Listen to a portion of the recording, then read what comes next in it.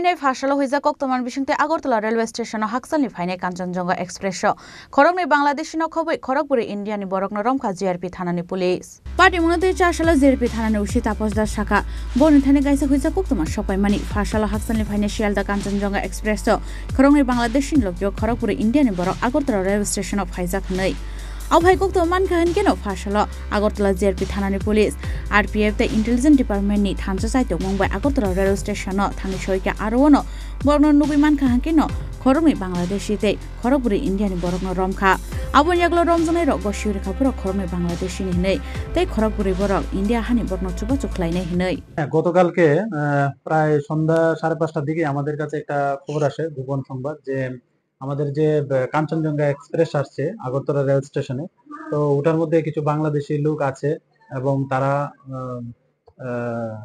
টাউটের হাত ধরে বাংলাদেশে যাবে এরকম খবর। তো যখন আমরা এরকম খবর পেলাম, আমরা জিআরপি থানা এবং আরপিএফ থানা এবং আমাদের যে গোয়েন্দা দপ্তর আছে, আমরা সব মিলিয়ে আমরা সব প্ল্যাটফর্মে এবং যা এক্সিট এবং এন্ট্রি পয়েন্ট গুলো আছে আমরা সব জায়গাতে মানে চেকিং এ বসে যাই।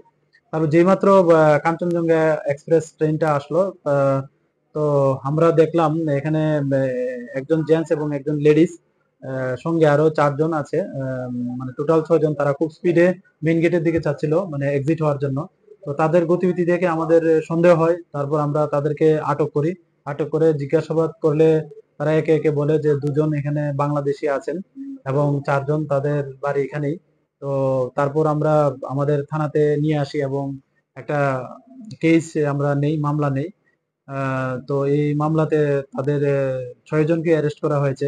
তো তাদের নাম জিজ্ঞেস করলে বলে যারা বাংলাদেশি, যিনি লেডিস আছেন উনি বলছেন উনির নাম শ্রীমতী রূপসী রানী মজুমদার, উনা কুমিল্লা ডিস্ট্রিক্টে বাড়ি। আর যিনি পুরুষ লোক জেন্টস ছিলেন ওনার নাম শাকুল চন্দ্র বৈদ্য, ওনারও চাঁদপুর ডিস্ট্রিক্ট বাংলাদেশ বাড়ি। ওনার সম্পর্কে বলছে স্বামী স্ত্রী এবং ওনার সঙ্গে তাদের একটা বাচ্চা আছে। তো আর যারা 4 জন সঙ্গে ছিল তাদের নাম হলো শ্রী লক্ষ্মণ সরকার, তারপরে আছে দ্বিজন নম দাস, তারপরে আছে সঞ্জিত সাহা এবং সুমন দেব। ওনাদের বাড়ি প্রত্যেকেরই সাউথ জয়নগর, যা আমাদের এডিনগর থানার অন্তর্গত। তো আমরা আজকে তাদেরকে মহামান্য আদালতে প্রেরণ করছি।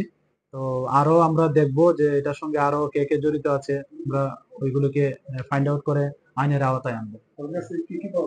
তাদের কাছ থেকে বেসিক্যালি সবার কাছ থেকে স্মার্ট মোবাইল পাওয়া গেছে, সঙ্গে ইন্ডিয়ান কারেন্সিও পাওয়া গেছে এবং কিছু ডকুমেন্টও পাওয়া গেছে যা বাংলাদেশ। এবং ওই আমরা এগুলিও ভেরিফাই করছি যে এগুলি কতটুকু যুক্তিসঙ্গত বা এর পিছনে আরো কি কি থাকতে পারে আমরা দেখছি। আবহাইকন আপাটি মঙ্গ রমজানের 49 সাল গোটরতি শাখা জিআরপি থানানি পুলিশ রাজখরা আগল নিশিমে প্রণমে কক্থুম চিনি খরাং।